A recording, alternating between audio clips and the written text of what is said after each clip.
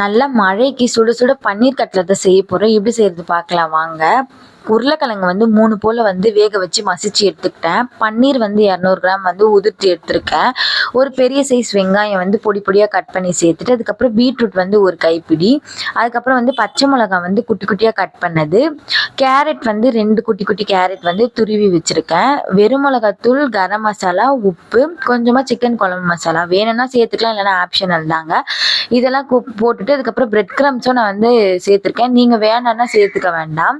அதுக்கப்புறம் வந்து எல்லாத்தையும் பிசைஞ்சிட்டு ரவுண்ட் ஷேப்பில் நான் வந்து எடுத்திருக்கேன்.